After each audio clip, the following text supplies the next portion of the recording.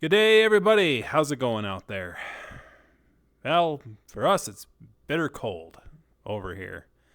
It's like the lowest level of hell. Ugh. Ice cold. Very frozen. Been no higher than 10 degrees all week.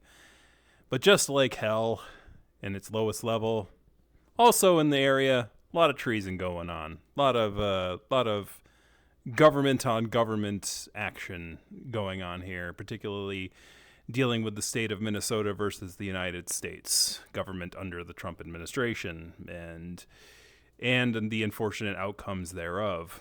Now, not to be known, this is a furry news channel. We cover furry news and furry topics.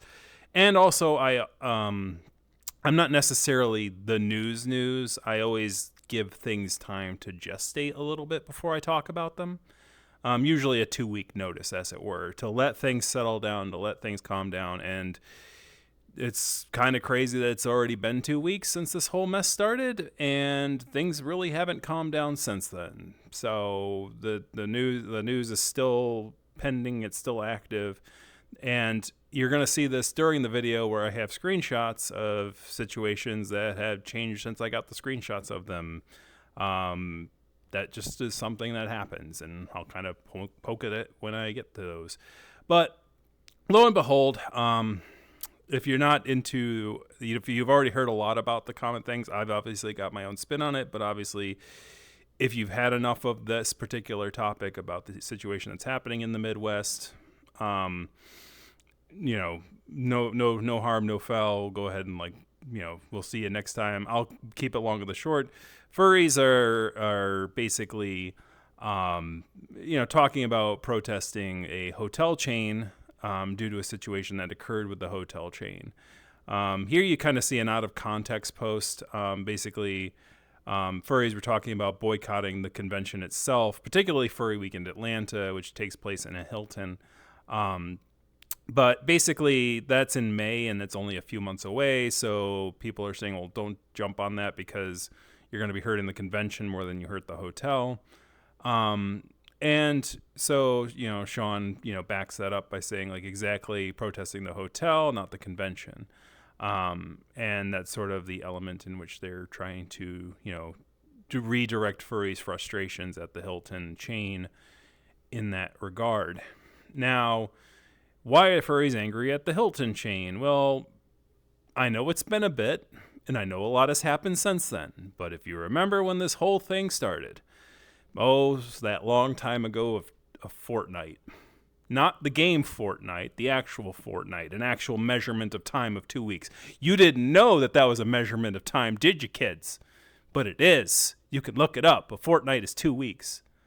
It's basically, it's also, a fortnight is also a time when you did quarantine, but quarantine's more quad than fort, but whatever.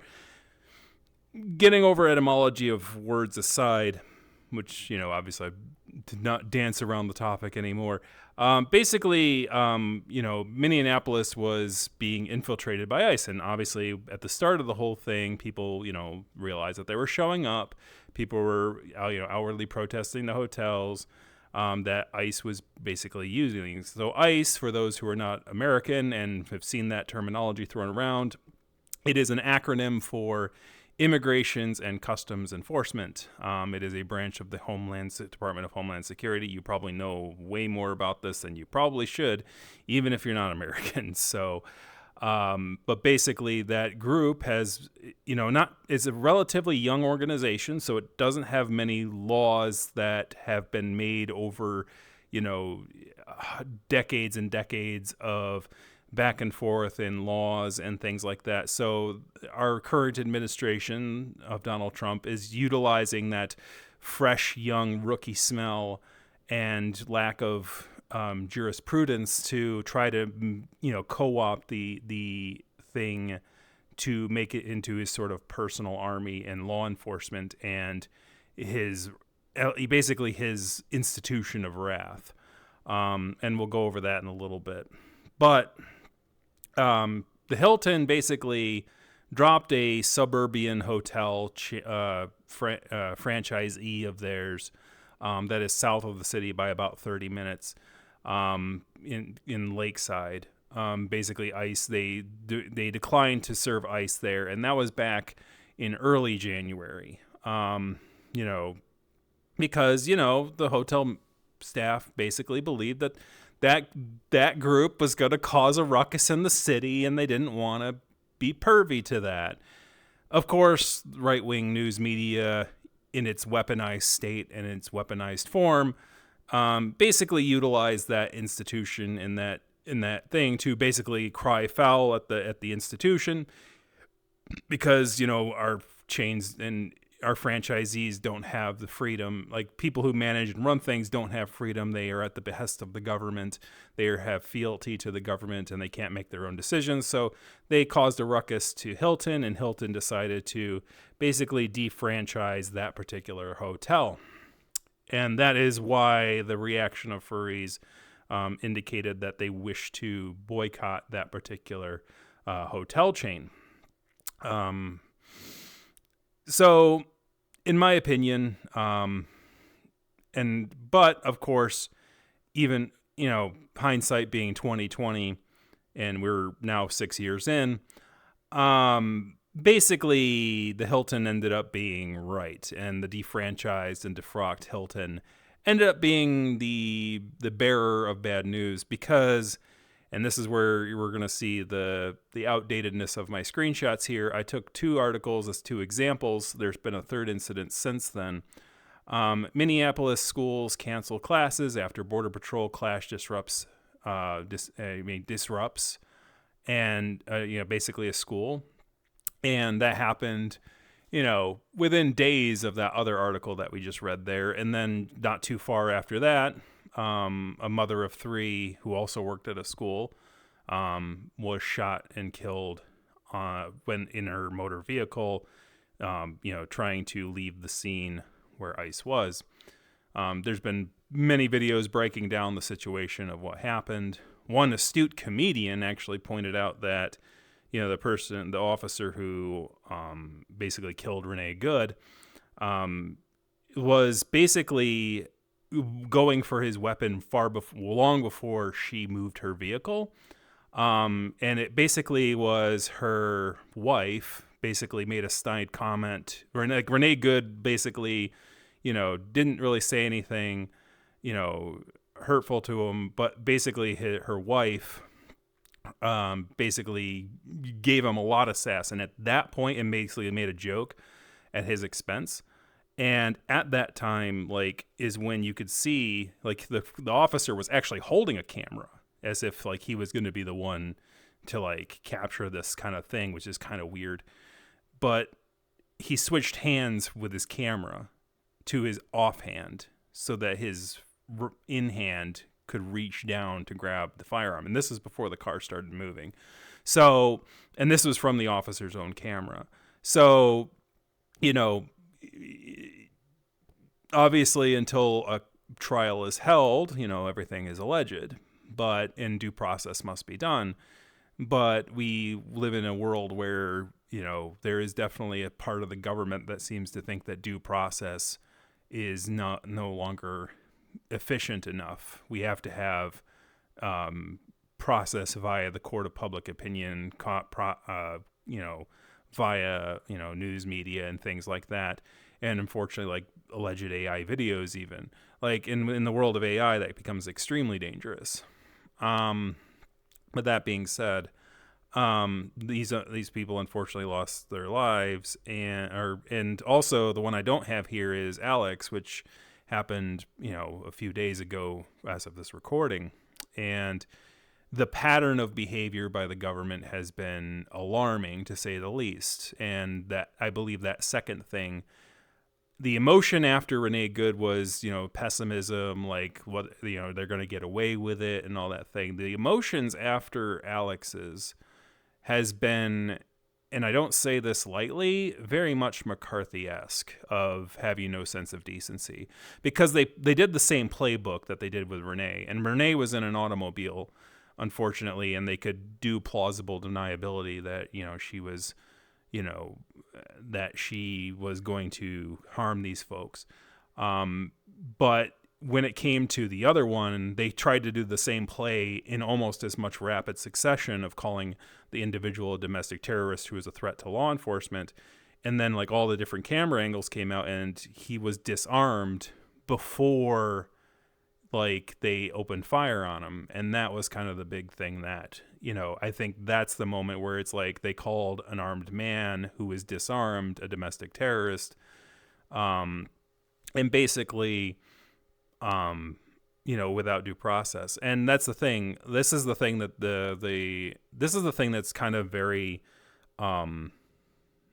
this is the thing that's kind of very disturbing about the situation is that, you know, we're supposed to hold trials for people. We're supposed to like, you know, detain and hold trials and, you know, do what we can. And they obviously had the guy detained. If they wanted to try him for terrorism, they could have done it. Like they could have booked him and done that and held the trial. But instead they decided, well, that's not efficient enough for us. We're just going to off this guy. And then we're going to call him a terrorist without having the opportunity to defend himself or find a lawyer or, you know, to go through the process that many men and women died for in this country throughout its 250-year history. And that is absolutely concerning. And I think even for right-wingers, it's beyond the pale. And so, like, someone is probably going to end up losing their job for this. And if they don't, then, you know, it's going to be a situation where it might escalate to something worse. But that's speculation, and I cover what's happened and not what might happen. Obviously, we have to be astute and understand, you know, where we're going from here. So Governor Walz has obviously covered a bunch of things about the situation. And funnily enough, Governor Walz of Minnesota basically said he wasn't going to rerun for politics before this situation happened. And I think part of him saw that this was coming. I get concerned about that, and that he was like, oh, well, he's sending wrath to Minnesota, not because of any statistics or made up things, but because I called the president weird on the campaign trail. But I would argue to Walz, if Walz would listen to something rambling like this, he's a busy man, he's got plenty to do. But I would say don't worry about it all that much. You know, if you call someone weird and their first reaction is to murder two of your constituents in cold blood, that is kind of weird. Just saying, it's kind of strange, to say the least. So obviously, you know, furries are talking about boycotting the Hilton. I would say that if you are in the Hilton currently, if you are already signed up for a convention and you are in a Hilton facility, you know, don't go out of your way to jump through hoops in order to do that. But in the future, obviously, because obviously hotels are hard to come by, space is hard to come by in conventions these days. So don't worry about it too much. If I were running the Hilton, you know what I would kind of honestly do? If I were running the Hilton and, you know, and somebody made that maneuver, I would secretly bring that franchisee back into the fold. Because at this point, like, the right-wing fervor monster has moved on. The right-wing, like, weapon of the Soren's eyeball that is Fox News has moved, and OAN has moved on from that and has, like, moved its eye somewhere else. So, like, if Hilton basically brought that franchisee back in secretly and just told the furries, hey, like, we brought that, here's a secret letter, we brought that guy back in. Don't tell anybody. Shh, it's our little secret. Like, that'd be great. But obviously, like, I would rather, like, and then basically make it like one of the, like, the sort of like the Vietnam War was, where, you know, they would gain ground, but then they lose ground, and it's sort of a cycle. And then you know, these guys go like, what are we even doing this for? We're spinning our wheels, you know, and put them into that kind of position. But what I would say is, like, don't ask not only what you can avoid doing, because that's easy. It's like, it's easy for me to say, like, boycott the Hilton if you don't go to hotels all that much, or if you can't afford to go to those kind of things. It's much harder to go, like, what can you do? And what can you do is keep being you and keep being true to you. That's the best that you can do. And obviously, help your local community, volunteer for things to help others, because that's the strongest thing you can do. And when it comes to the city of Minneapolis and to Minnesota, I believe they're in good hands. If you really want to go an extra mile, though, another opportunity is furry migration. So obviously, furry convention being held in the downtown of Minneapolis is a bit. Many furries would be like, I'm not touching that with a 99.5-foot pole, but sometimes the best thing you can do is go like, we're gonna throw our party. We're gonna help the people of Minnesota by showing up and supporting their local businesses and helping, take their mind off of this issue that they're going to be dealing with for several months down the line. Hopefully for the people of Minneapolis that, this ICE rancor and things will calm down by that time. One can hope. Knock on the mahogany desk here. But, being there, being present, being who you are, and, is always the best thing that you can do. The best thing you can do is to move forward, the best thing you can do for people who are enslaved by their hatred and anger is to be free in your love and respect. It's the best thing you can do. I would, obviously, if you're like, I wouldn't go to cause trouble, right? Or even I would even argue like, it's not our place to protest using our convention to do so, unless there is people from Minnesota who would bring furries into the fold for a particular protest.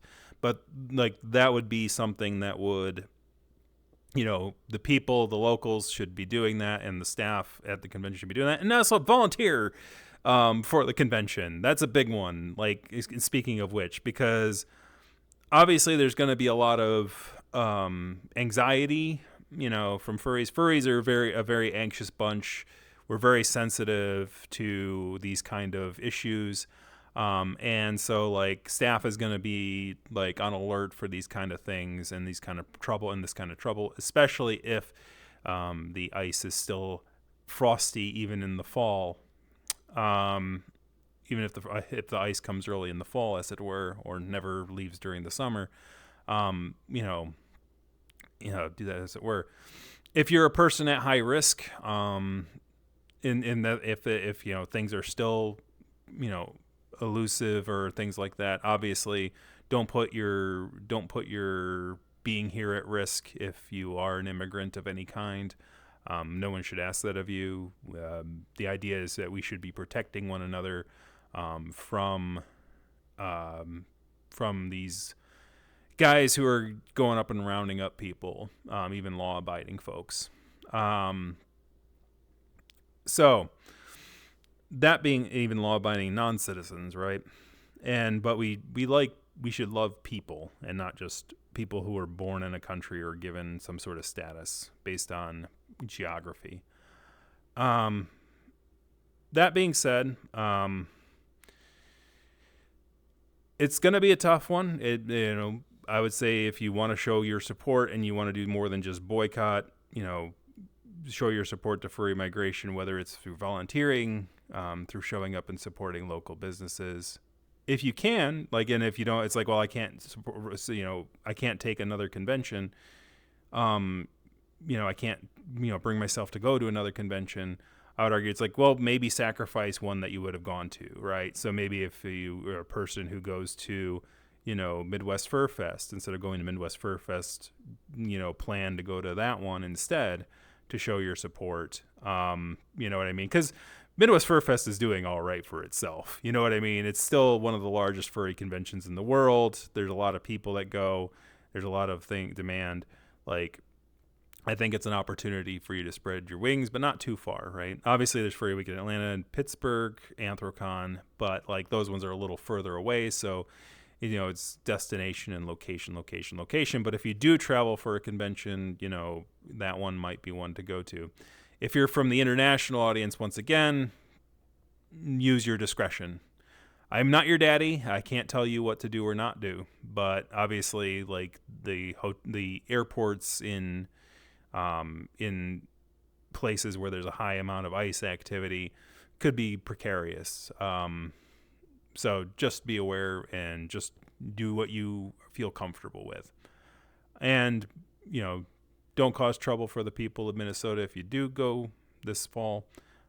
Work with them, work with the staff, and if, keep your eyes and ears on the ground. But I'm thankful for the people of Minnesota as well. They've really showed a lot of courage and a lot of gumption in this time when it comes to confronting a rogue institution within our federal government.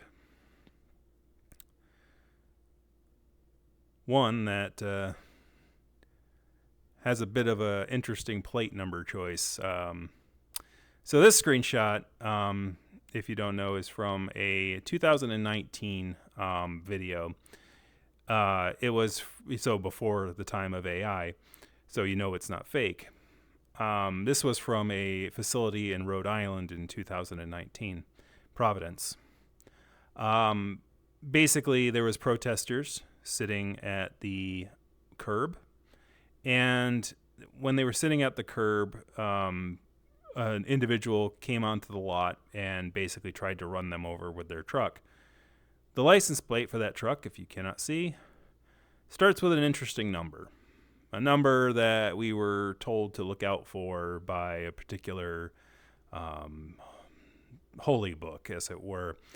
The number 666 is adorned at the front of it. And given the cold, and given the name ICE, and given that the level of hell that traders reside in is the lowest level and the coldest level, I'm going to say there's a lot of coincidences here that are concerning. And if you can call it superstition, you can call it what it were. But let's say this: if the right wing can claim that Katrina was punishment for the French Quarter and the gay folks in the French Quarter, then they're kind of dropping the ball on this alignment of situations regarding their particular holy book. So what do you do when you're confronted with that? Well, you keep doing what you're doing, keep having faith in one another and to the universe, and you can kick that like, kick the subscribe button, kick a comment in the comment section. Anyways, we'll see you next time. Be safe out there. Stay warm. Have a good one, everyone.